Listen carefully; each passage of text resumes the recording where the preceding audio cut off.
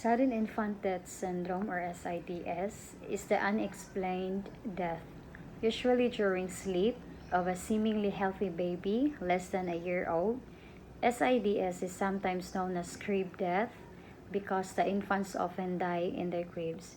So, SIDS is unexplained death. So, dili siya ma-explain nga pagkamatayon. So, ang SIDS kay during ni siya sa sleep sa mga bata nga a year old, then usually may tabo ni siya sa crib. Kung si baby butang sa crib kay di ba kung magbutang ka crib kay daghan kay kang ibutang ka ng mga pillows, stuffed toys. So to avoid lang sa SIDS is dapat crib lang and then ang bed niya nga kanang foam lang ibutang. Wala di na ka pwede magbutang og pillows or daghan nga toys kay para si baby maka-breathe lang tarong, and then dapat si baby supine position and sign lying. Dili imo bantayan si baby nga mo prone siya kay basi unya magubo si baby unya di na nun siya kaginhawa sa iyang crib. So mo na siya ang SIDS. So the causes of SIDS is, although the cause is unknown. So walay causes ang SIDS. But it appears that SIDS might be associated with defects in a portion of an infant's brain that controls breathing and arousal from sleep. So ang baby like anang si baby magbutan mo siya sa crib and then mag-prone siya nga position. So mo na siya ang kanang di na siya katarong o ginhawa. Okay ra unta siya mo prone position basta ang kaniyahang neck naka side lang siya para maka-breathe si baby og tarong. But a combination of physical and sleep environmental factors can make an infant more vulnerable of SIDS. So these factors vary from child to child. So physical factors associated with SIDS includes brain defects. So some infants are born with problems that make them more likely to die of SIDS. In many of these babies, the portion of the brain that controls breathing and arousal from sleep hasn't matured enough to work properly. And then next is a low birth weight. So, sa low birth weight naman niya is ang kanang premature birth or being part of a multiple birth increases the likelihood that a baby's brain hasn't matured completely, so he or she has less control over such automatic processes as breathing and heart rate. So kani silang kaning mga premature nga babies balantayan sad kay ni sila kay maglisod sad sila ginhawa, so mao nang ang uban ana i-intubate, and then mo na siya ang low birth weight. So, muna sila mga premature birth babies. Respiratory infection.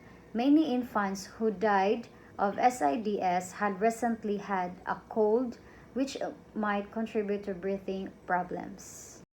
So, next is the sleep environmental factors. The items in a baby's crib and his or her sleeping position can combine with the baby's physical problems to increase the risk of SIDS. So, for sleep environmental factors, we have examples include, first is the sleeping on the stomach or side. So si baby imo siyang patulugon sa stomach or sa side nimo, pwede pud siya mapiit, pwede sad siya nga dili naka-breathe og tarong. So babies placed in this position to sleep might have more difficulty breathing than those placed on their backs. Next is the sleeping on a soft surface.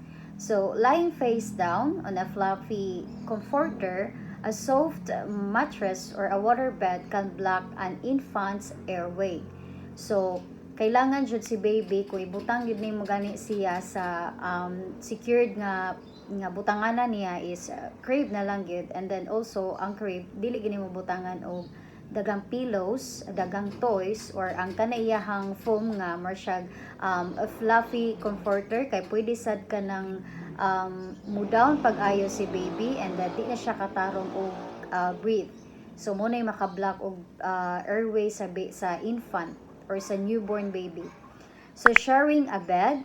So kung si baby ara matulog sa inyo ha, unya yung kauban is lihok kaayo, so dili sad siya pwede kay pwede sad siya mayatakan or matandayan Pwede sad si baby nga mablock ang iyahang airway. So sharing a bed, while the risk of SIDS is lowered if an infant sleeps in the same room as his or her parents, the risk increases if the baby sleeps in the same bed with parents, siblings, or pets. Next is the overheating. Grabe kay kainit. Is being too warm while sleeping can increase a baby's risk of SIDS. So, muna siya ang mga possible causes of SIDS. So, the risk factors of SIDS can strike any infant. Researchers have identified several factors that might increase a baby's risk. They include sex, age, race, family history, secondhand smoke, being premature. So, sex is boys are slightly more likely to die of SIDS.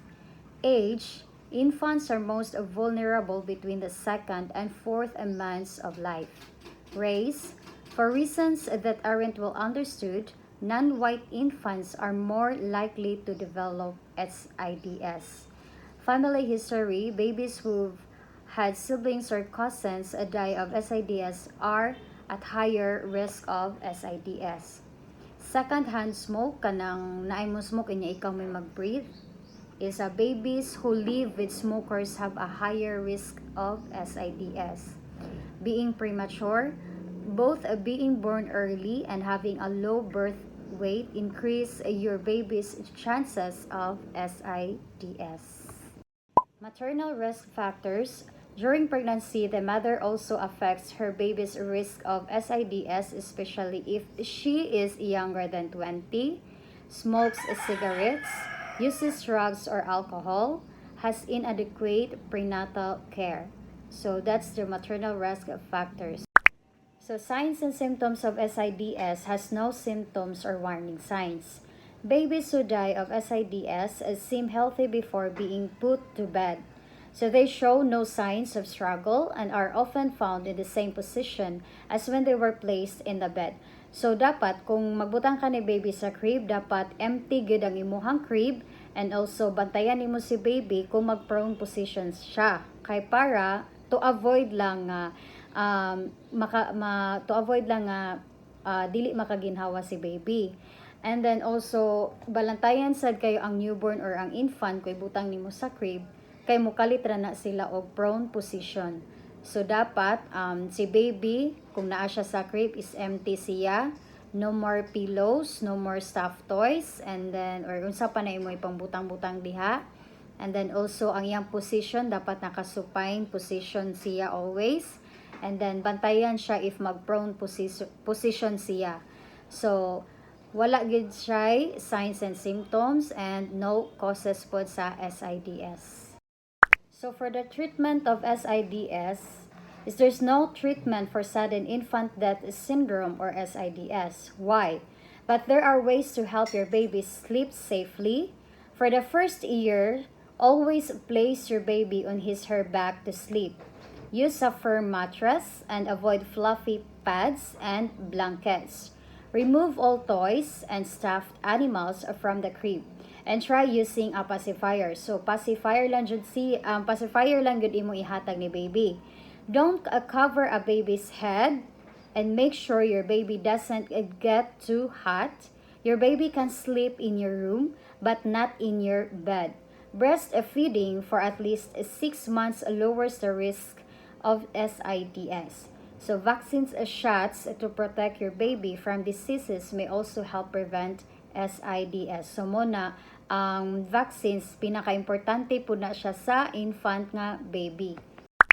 Caregiver intervention of SIDS is grief is coupled with guilt. Even though SIDS cannot be predicted, disbelief, hostility, and anger are common reactions for the parents. So allow expression of feelings, appropriate referrals, encourage use of community resources, monitoring subsequent infants. So caregivers are particularly concerned about subsequent infants. Recent studies have indicated that the risk for these infants for the first few months of life to help reduce the family stress. Monitoring is usually maintained until the new infant is past the age of the SIDS infant's death. So that's the caregiver intervention of SIDS, and that's my presentation about SIDS, or Sudden Infant Death Syndrome. Thank you.